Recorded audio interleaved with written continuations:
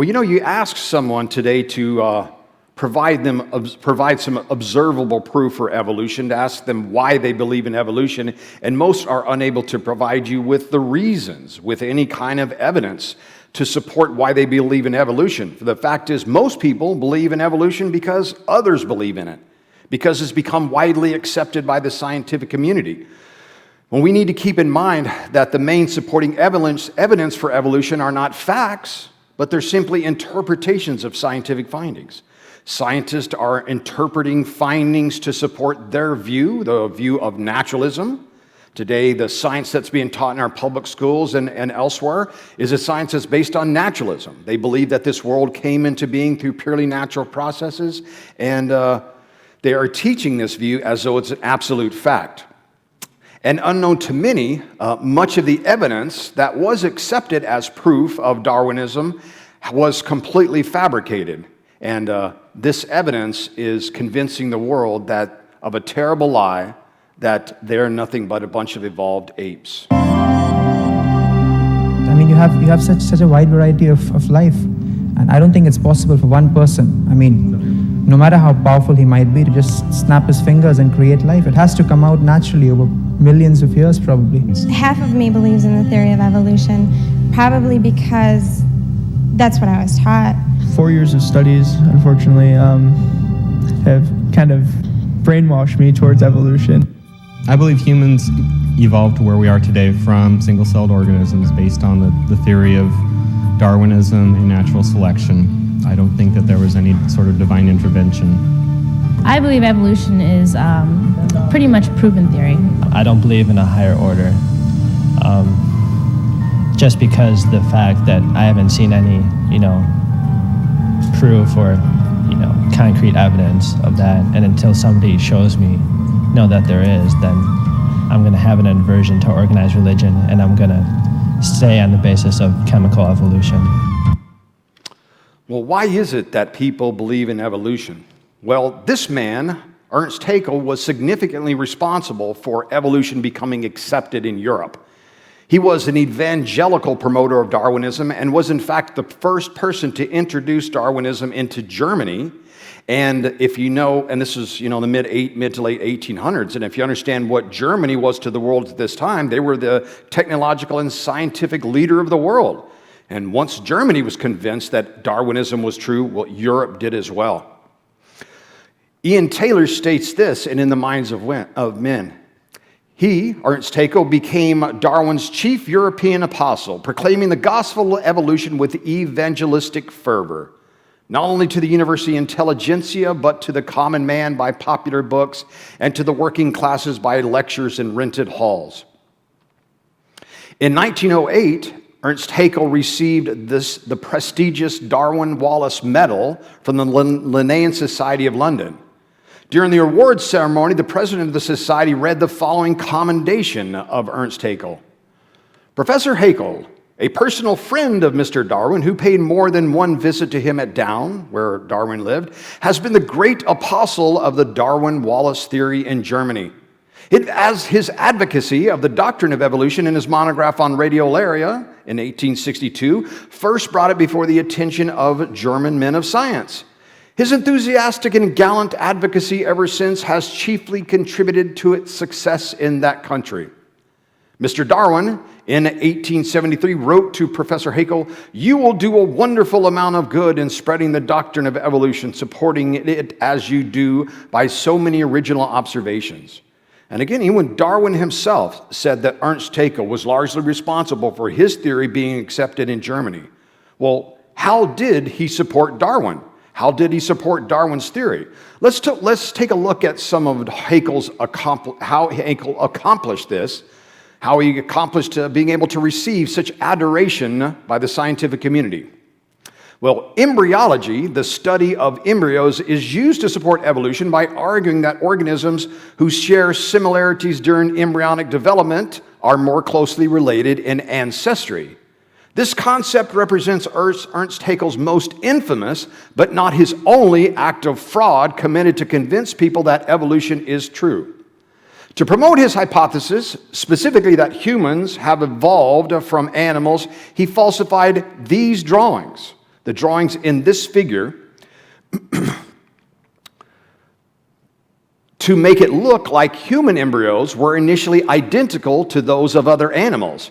He also inserted with the famous phrase, ontogeny recapitulates phylogeny, that embryos go through a series of their former evolutionary stages, where at first we'll have like gills like a fish, then a tail, and well, this hypothesis, sadly, is still upheld by many evolutionists today as what they call the law of recapitulation, that the evolutionary history of an organism is recapped during its embryological development. Well, the continued support for Haeckel's theories amongst evolutionists is most troubling given that the act of fraud was brought to light by one of Haeckel's contemporaries.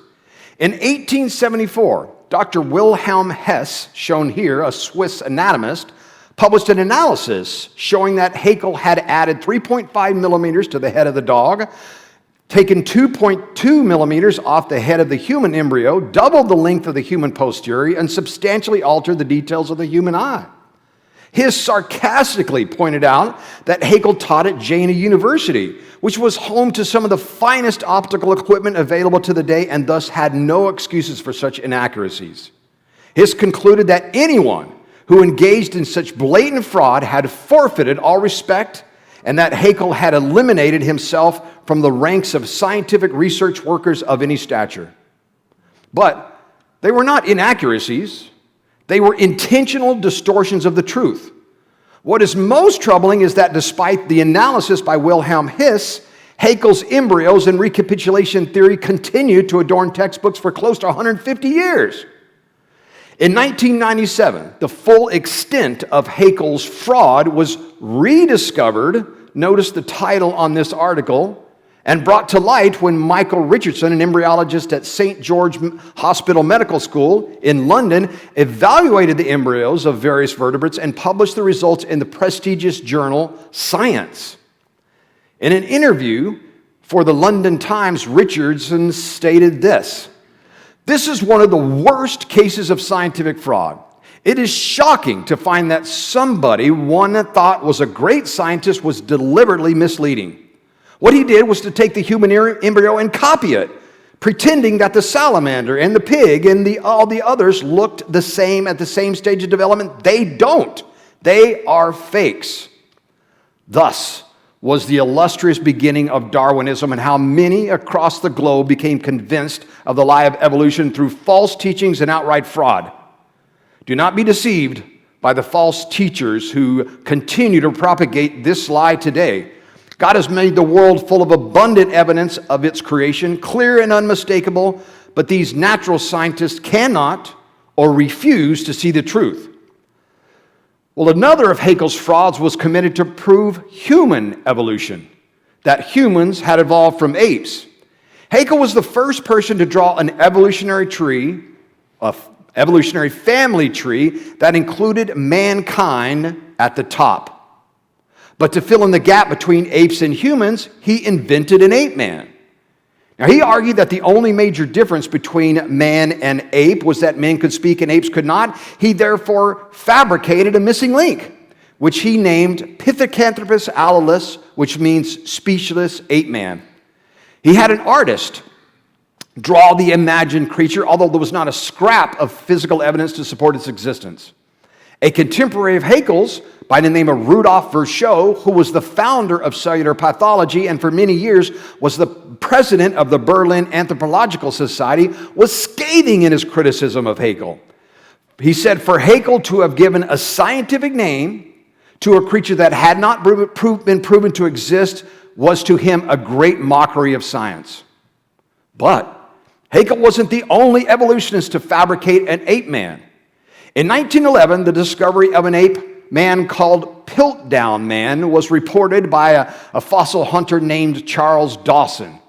He claimed to have found pieces of a human skull while excavating in a gravel pit in Piltdown, England, and later claimed to have found an ape-like lower jaw with human-like teeth after some additional digging. The two fossils were assigned to the same person who was said to be at least 500,000 years old. It was announced with much fanfare that Darwin's missing link had been found. The discovery was published on the front page of the New York Times under the headline, "Darwin's theory is proved true.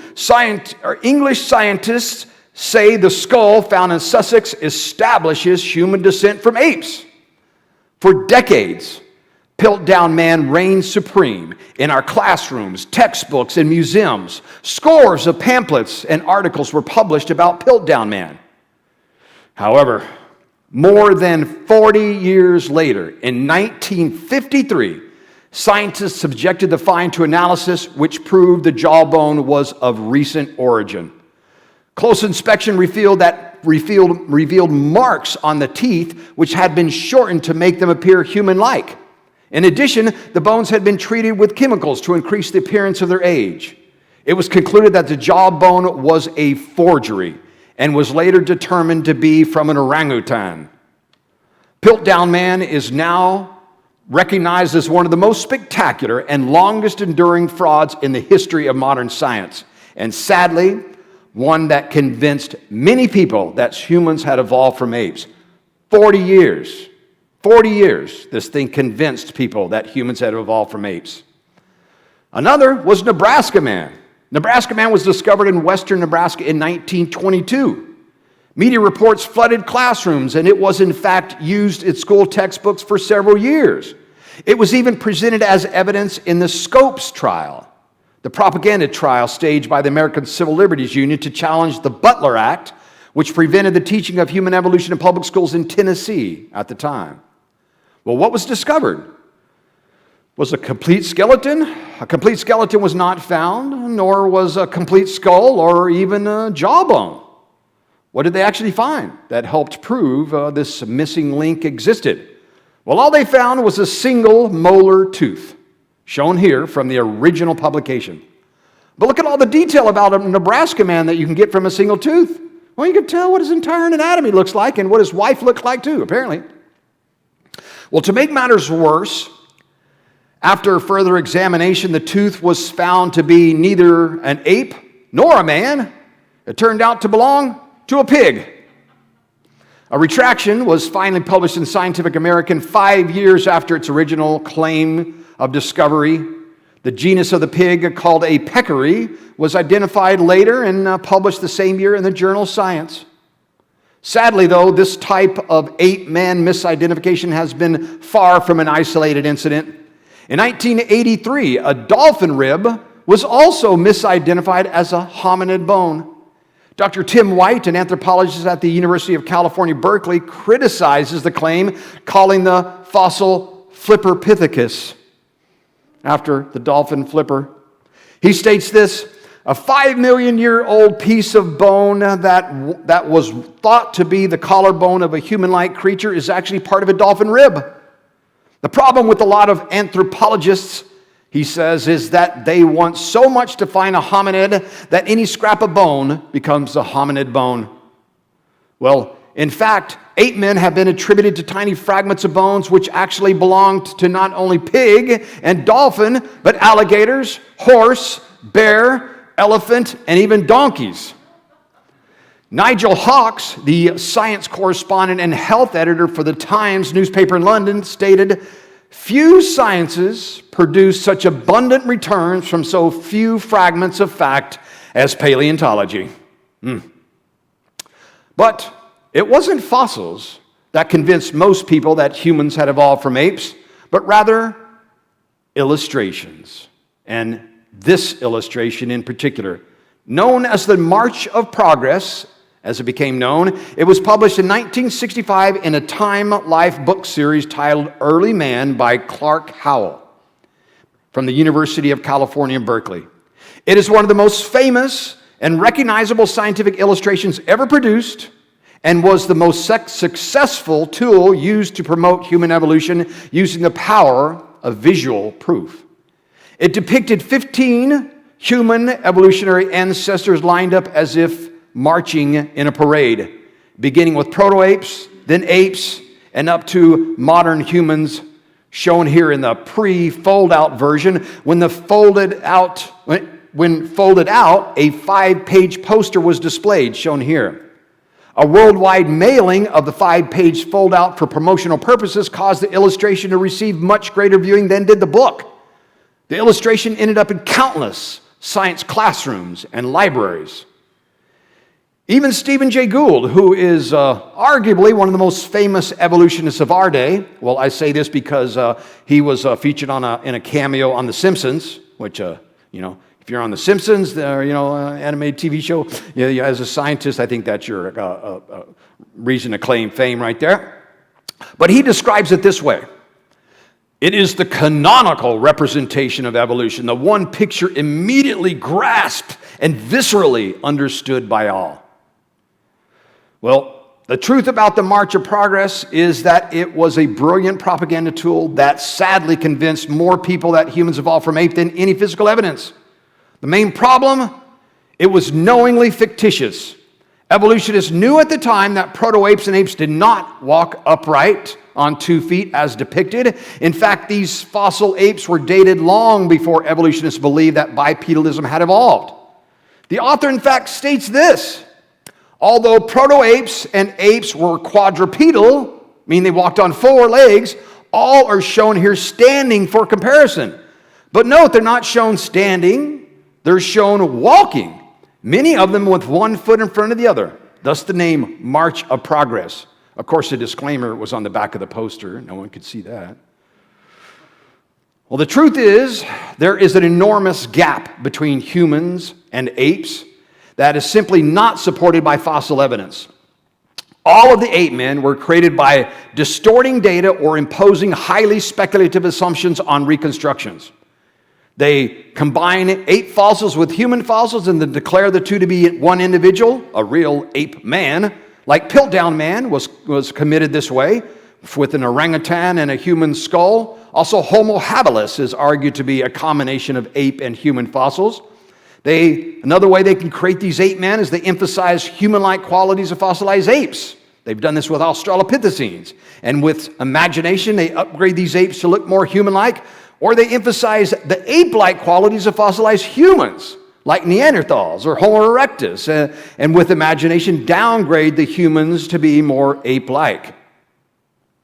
Well, after the discovery of Neanderthals, this is how they were originally depicted, as very ape-like in appearance, and like all the claims of the theory of evolution, this view was once taught as a matter of fact, teachings that are now known to be completely false.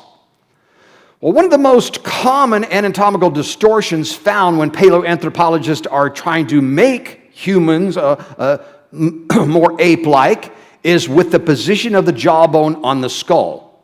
If the jawbone is positioned forward, it looks more ape-like. If the jawbone is positioned back, you have a flat face like humans.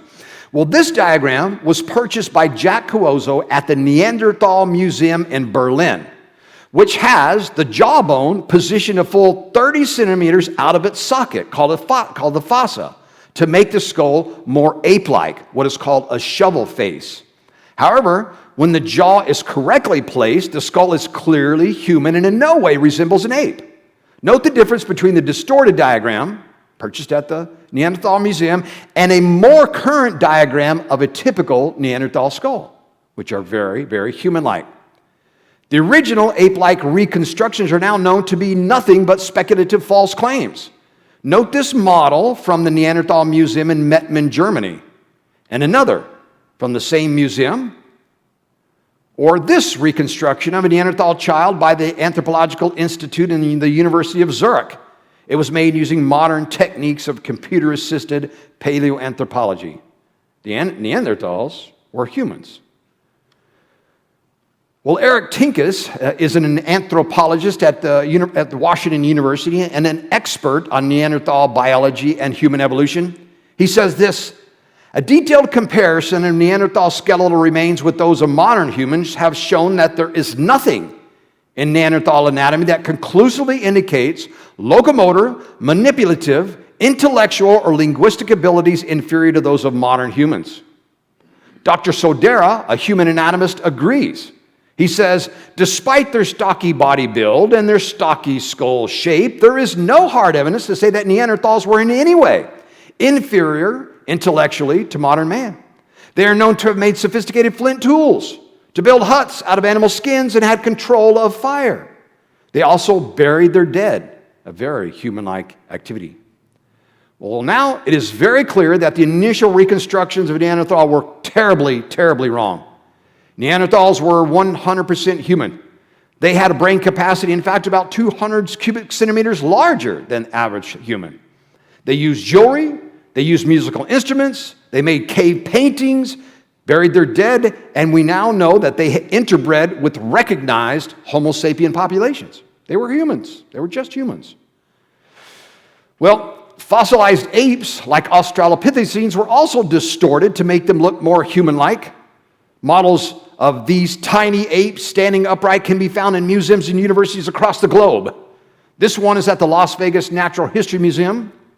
This one is at the Ancestors exhibit at the Maxwell Museum of Anthropology at the University of New Mexico. This reproduction is at the Living World exhibit at the St. Louis Zoo. It was constructed, look at it, with very human-like hands and feet, with a human-like posture, a gait, arms and legs. Also note the very, very pensive gaze on its face, a very thoughtful expression, apparently pondering its future or something of the sort. And again, it's not scientific findings that have convinced most people that evolution is true, but rather false teachings and outright distortions of the truth. They make diagrams and models that are either speculative or knowingly distorted to project their views about evolution. Note, for example, this reconstruction published in the National Geographic in 1996. It has several human-like qualities that were added, including whites in their eyes, which is a human characteristic. No apes have whites visible in their eyes. The sculptor even admits to this. He stated, "I wanted to get a human soul into this ape-like face to indicate something about where she was headed." So they've changed it to make it look more human-like, to project their views on evolution into this model. Knowingly distorted. Well, unfortunately, such reconstructions that contain known distortions of the truth are all too common in paleoanthropology and have been very effective in convincing people that ape-men were real. Take a closer look at those very human-like hands and feet of the Australopithecine at the Living World exhibit, which is a complete lie.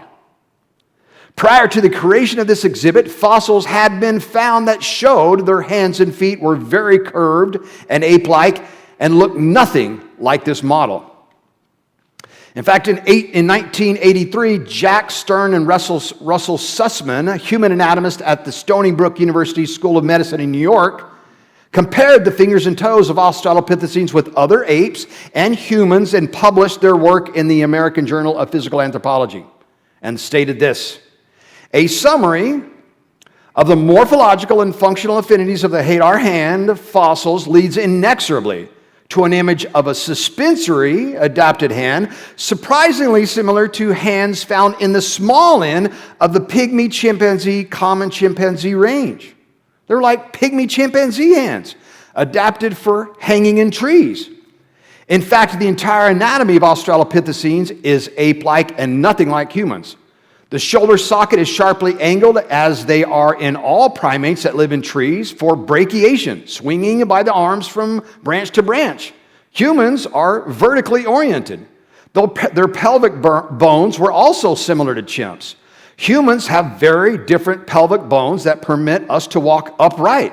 The iliac blade of humans goes front to back, whereas in apes, they flare out laterally." Stern and Sussman noted this difference as well.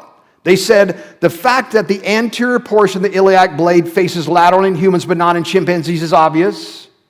The marked resemblance of Lucy, one of these famous Australopithecines, to the chimpanzee is equally obvious. It suggests to us that the mechanism of lateral pelvic balance during bipedalism was closer to that in apes than in humans." They were apes, tiny apes at that. The skull of the Australopithecines is also extremely ape-like, with a sloping face, typical of apes, what we call the shovel face. Its cranial capacity even smaller than typical apes. Plus, it doesn't have the nasal bones that humans possess. The jaw of Australopithecines is much more similar to chimps than in humans. The canine teeth come in at an angle, unlike humans, which come in straight down. Also, the point of attachment of the spine, which in humans is close to the center, allowing upright postures even further back on the skull than it is in chimps. Well, what makes this such an overwhelming example of false teachings is that these differences have been noted for decades and noted by world-renowned scientists, and yet Australopithecines continue to be put forward as an evolutionary ancestor of humans. Ashley Montague, shown here, is a British-American anthropologist who taught at Harvard, Princeton, Rutgers, the University of California, and New York University. And he denied that Australopithecine was a human ancestor. He said this: the skull form of all Australopithecines is extremely ape-like. The Australopithecines show too many specialized and ape-like characteristics to either be the direct ancestor of man or in a line that led to man. Lord Zuckerman, who was a professor of anatomy at Birmingham University in England and a chief scientific advisor to the British government, regarded the Australopithecine skull as fully simian. He said this: but I myself remain totally unpersuaded. Almost always, when I have tried to check the anatomical claims on which the Staphylococcus australopithecus is based, I have ended in failure. The Australopithecine skull is in fact so overwhelmingly simian as opposed to human that the contrary proposition could be equated to an assertion that black is white. They were apes, nothing but pure apes. Australopithecines have many characteristics shared with chimpanzees and almost none shared with humans. A sentiment that was well expressed by Charles Oxnard, who is arguably the world's foremost expert on computerized analysis of bones using digitized X-rays and 3D rendering. He was a former professor of anatomy and anthropology at the University of Chicago and is currently at the University of Western Australia. He said this: the Australopithecines are now irrevocably removed from a place in the evolution of human bipedalism, possibly from a place in a group any closer to humans than to African apes, and certainly from any place in the direct human lineage. Personally, however, I think Dr. Oxnard's views are a bit naive.